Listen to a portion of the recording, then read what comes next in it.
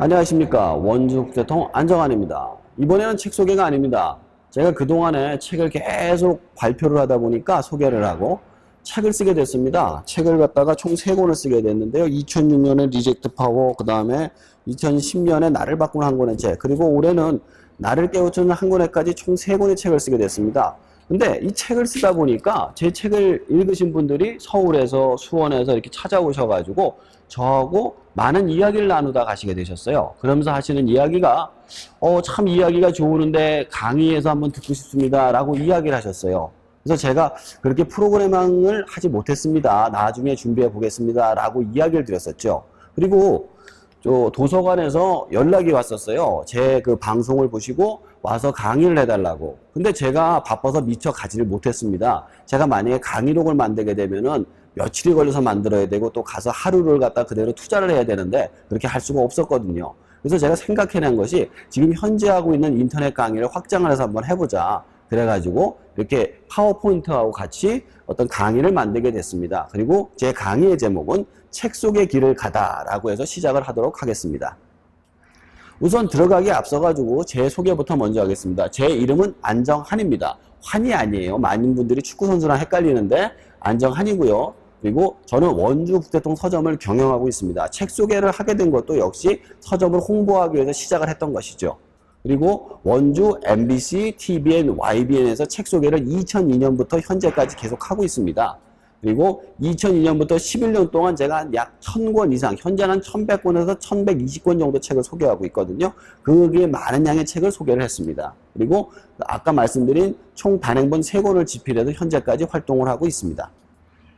자, 그럼 보면 저는 그 중에서도 종이책을 읽어야 된다라고 강력하게 여러분한테 말씀드리고 싶은데요. 왜 종이책을 읽어야 되는지 한번 알아보도록 합시다. 첫 번째로 비디오 증후군이라는 걸 한번 들어본 적 있으신가요? 이게 뭐냐면은 영유아 유사 자폐를 일으키는 거라고 합니다. 원래 자폐아 같은 경우는 대화를 나누는 그런 뇌의 부분이 굉장히 작다고 해요. 그래가지고 사람하고 대화를 하는 능력이 많이 떨어진다고 합니다. 근데 이 비디오 증후군은 무엇이냐면 아이가 어려서부터 비디오만 보게 되면 사람하고 눈 마주침을 못하게 되는 거예요. 왜냐하면 비디오는 눈을 안 마주쳐주기 때문에. 그러다 보니까 사람을 보더라도 눈을 못 마주치는 그런 형태로 유사자폐가 일어나게 되는 겁니다. 그런데 이게 성인 같은 경우에도 똑같은 증후군이 있어요.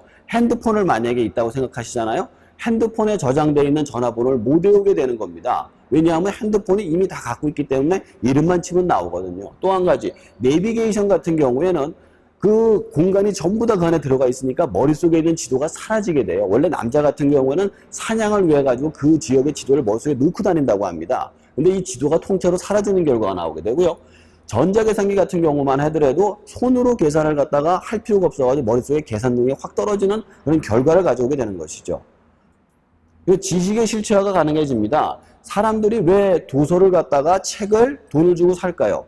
그냥 영화 다운받듯이 다운받으면 그만인데 사람들은 돈을 주고 책을 삽니다. 저는 그 이유를 여기서 봤어요. 지식을 실체화, 내가 알고 있는 사실을 갖다고 현실화시키는 능력이라고 생각했기 때문입니다. 자, 그리고 저는 독서는 현대인의 생존기술이라고 현재 생각을 하고 있어요. 왜냐하면은 독서가 앞에서 말한 것처럼 뇌가 비만이 걸리는 거예요. 자동차 때문에 사람이 운동을 해서 헬스클럽을 가듯이 독서는 그 자체로 하나의 운동인 겁니다. 사람이 읽고 쓰고 발표하고 어떤 정보를 저장하고 암기해서 처리하는 그 과정 자체가 독서로 인해서 뇌를 운동시키는 거거든요. 그래서 독서는 뇌운동 부족을 해결해주며 뇌 헬스클럽이라고 생각하시면 쉽다는 겁니다. 또 한 가지, 유명인 전문가를 만날 수 있는 유일한 길이에요. 우리가 텔레비에서 유명인들 전문가들 많이 볼 수 있습니다. 하지만 그들의 생각을 알 수는 없죠. 그러나 책은 생각입니다. 생각을 읽을 수가 있기 때문에 그 사람을 통해 가지고 나를 생각을 어떻게 할지를 결정할 수가 있게 되는 것이죠. 자, 그리고 종이책인데요. 이거는 한정된 정보가 방향성으로 구체화. 이게 무슨 소리냐 하면요. 뷔페집에 가면은 음식이 많이 있으면 다 먹을 수는 없습니다. 하지만 어떤 한정식 집에 가면 딱 먹을 양 많지만 나오죠. 지식도 마찬가지입니다. 무한의 정보가 펼쳐지는 인터넷 같은 경우에는 끊임없는 정보로 인해 가지고 사람이 방황을 하게 돼요. 왜냐하면 내가 필요한 정보가 무엇인지 방향이라든가 구체화가 전혀 되어 있지 않기 때문이죠. 하지만 책 같은 것은 한 권에 내가 필요한 정보가 필요한 방향으로 들어가 있기 때문에 굉장히 중요하다는 사실입니다. 자, 저는 책 속에 길을 가야 하는지에 대해서 한번 생각을 해봤습니다.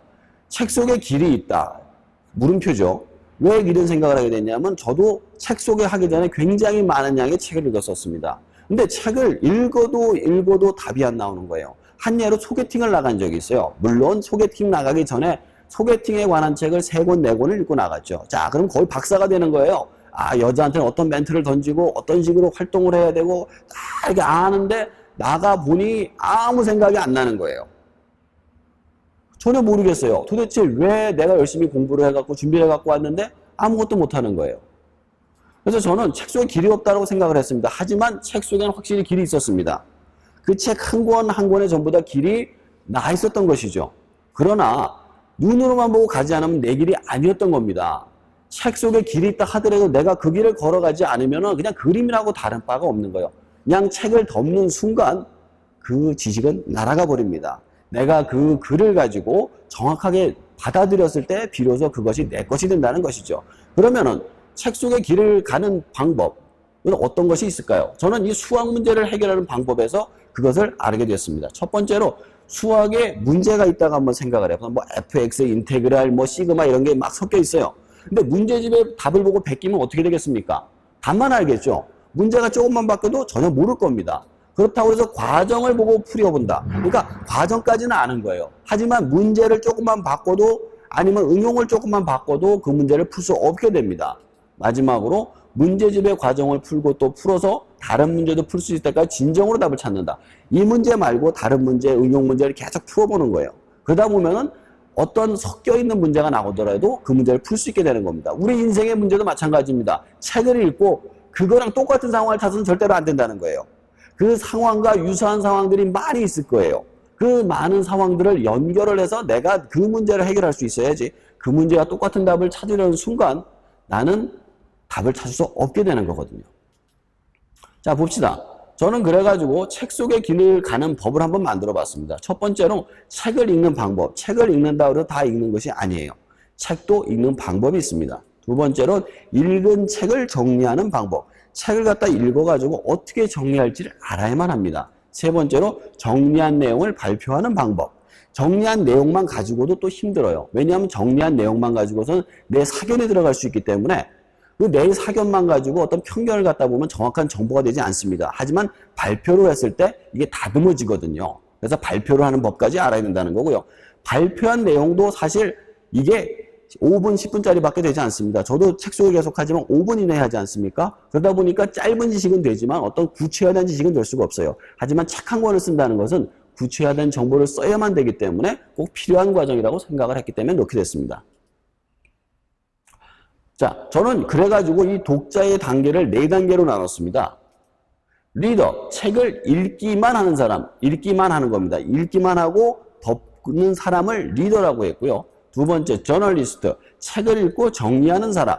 저널리스트를 쓴 이유가 뭐냐면요. 독서 감상문을 북저널이라고 합니다. 그래가지고 저널리스트한 이름을 쓰게 됐습니다. 근데 이 저널리스트 같은 경우도 앞에서 말씀드린 것처럼 자신의 사견에 들어가지고 자신의 의견에 갇힐 수가 있습니다. 그래서 발표를 해야 되는데 프레젠터, 발표자입니다. 책을 소개하는 사람이죠. 그러니까 어떤 책을 읽고 그 의견을 발표할 수 있는 사람을 프레젠터라고 얘기한 거고요. 마지막으로 author, 책으로 쓰는 사람입니다. 책을 발표한 내용을 다시 정리해가지고 한 권의 책으로 쓰는 것을 말하는 것이죠. 자, 저는 이 각 단계의 문제점 및 장점에 대해서도 한번 생각을 해봤습니다. 첫 번째, 리더. 쉽습니다. 읽기만 하면 되니까 굉장히 쉽지만 내용을 기억하지 못해요. 왜냐하면 읽고 덮는 순간 잊어버리니까 내 생활에 필요가 없으니까 다 잊어버릴 수밖에 없는 거예요. 자, 그리고 저널리스트. 정리를 통해서 기억하기 쉬우나 자신만의 의견에 갇힐 수가 있다. 저널리스트는 말 그대로 읽은 책의 내용을 정리를 갖다가 자기가 생각나는 대로 쓰는 사람을 말하는데요. 쓰다 보니까 내용은 정말 기억이 잘 됩니다. 왜냐하면 내가 기억나는 내용을 적었으니까 다시 읽어보면 얼마나 기억이 잘 되겠어요. 하지만 이게 사견이 들어가가지고 나만의 의견일 수 있다는 거. 그리고 프레젠터, 발표를 통해서 의견을 구체화하는 사람입니다. 발표를 할 때는 남이 못 알아듣는 소리를 해서는 안 되겠죠. 그 사람이 알아들을 수 있는 어떤 구체적인 사례라든가 사항을 양념을 쳐가지고 예쁘게 만들어야 되거든요. 그러기 위해서는 굉장히 핵심된 내용을 정확하게 정리를 해야 됩니다. 그리고 책을 써서 이론을 체계화. 내 생각을 가지고 생각으로 끝나는 것이 아니라 하나의 거대한 체계로 만드는 그런 이야기를 해주고 있습니다. 자, 저는 여기까지 독자의 단계를 마무리하고요. 다음 단계에서는 독자의 단계 첫 번째 단계, 리더에 관해서 말씀드리도록 하겠습니다.